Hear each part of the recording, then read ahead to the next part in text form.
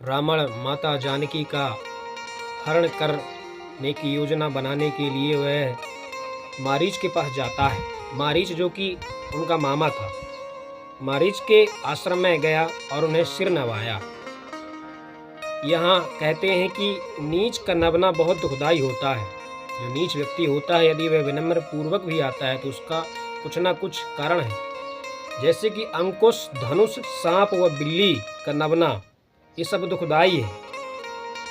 उसी तरह प्यारी बातों, जैसे प्यार से प्यारी प्यारी बातों करने वाला व्यक्ति भी एकदम से तुमसे प्यार से बातें करने लगे तो समझ जाना अगले दिन कुछ ना कुछ तुमसे जरूर कोई कार्य करवाएगा।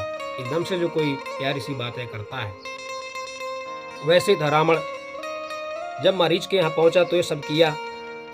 तब मारीच ने रावण का सम्मान करके आदर के साथ सब बात पूछी कि हे तात, आपका मन इतना चिंतित क्यों है?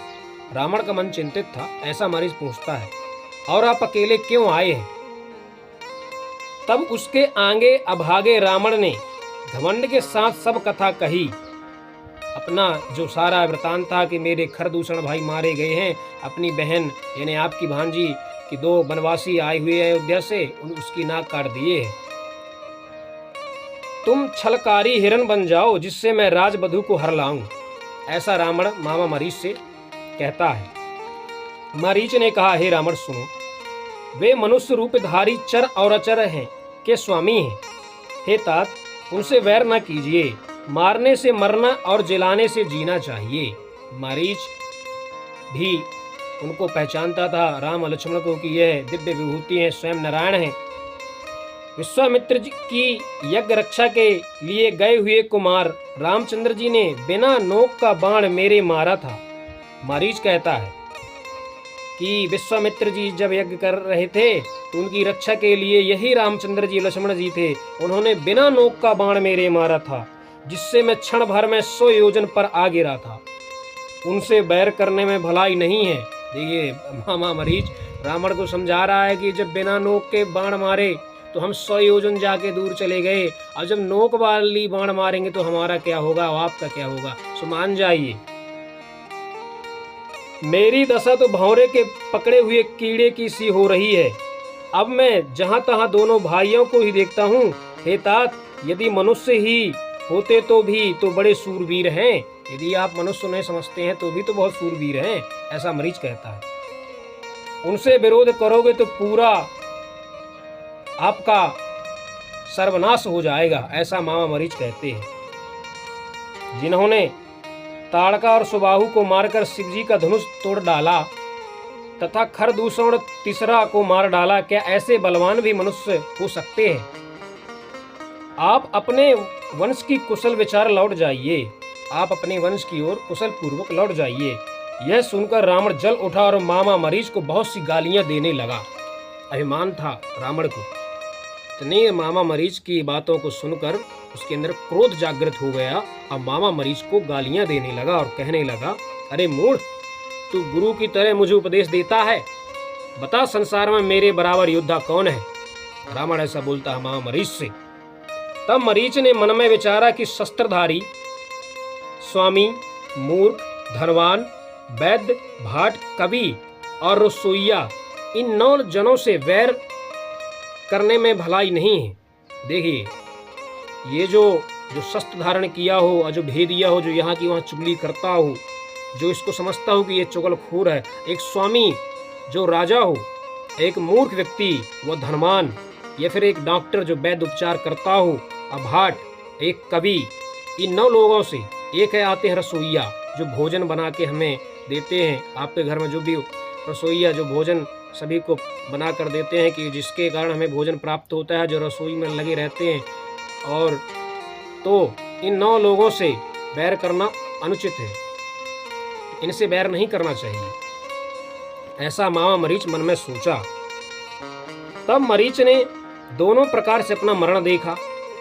तब रामचंद्र जी की शरण ताकी और सोचा, जवाब देते ही यह भागा मुझे मार डालेगा। अगर मैं दोबारा जवाब दिया तो ये मुझे मार डालेगा, क्योंकि इसका चेहरा बता रहा है कि क्रोध में आ चुका है रावण। फिर रामचंद्र जी के बाण से ही क्यों ना मरूं, ऐसा मामा मारीच सोचा। ऐसा विचार कर रामचंद्र जी के चरणों में दृढ़ स्नेह करके रावण के साथ चला। उसके मन में बड़ा आनंद है कि आज मैं परम स्नेही श्री रामचंद्र जी को देखूंगा। उसने यह रावण को नहीं जनाया। अपने मन में एक प्रकार से प्रसन्न भी हो रहा है कि आज मेरी परम गति निश्चित है, लेकिन किनके हाथ? पालनहार श्री हरि के हाथ। आज मुझे मोक्ष अवश्य मिलेगा और उनकी आभा, उनकी सुंदरता भी को देखूंगा, ऐसा मारीच मन में सोचता है। लेकिन ये अपने मन की बात रावण को नहीं बतलाना चाहता।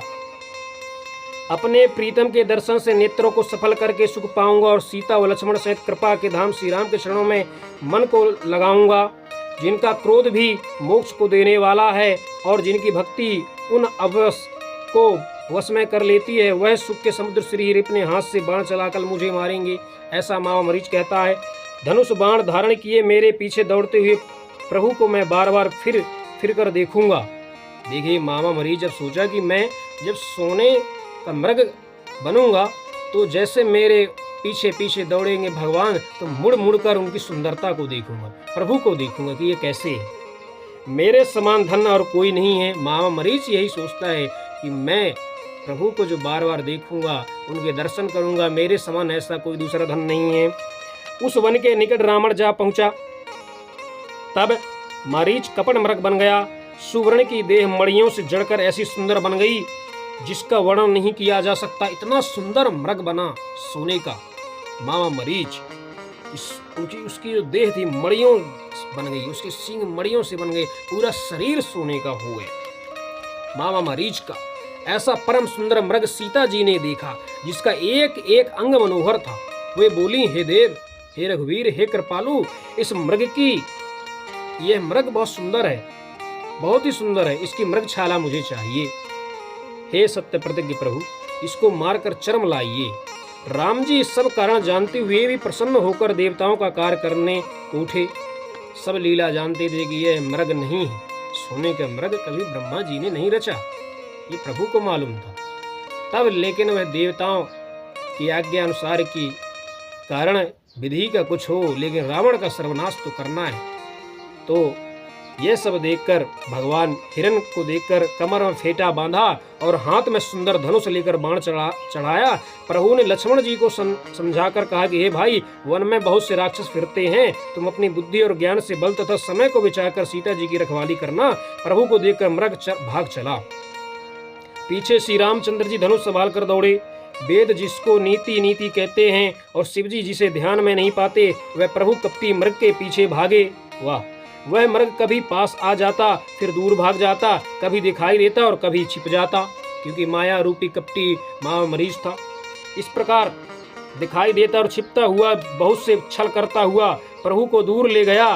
तब श्री राम जी ने तककर उसे पैना बाण मारा।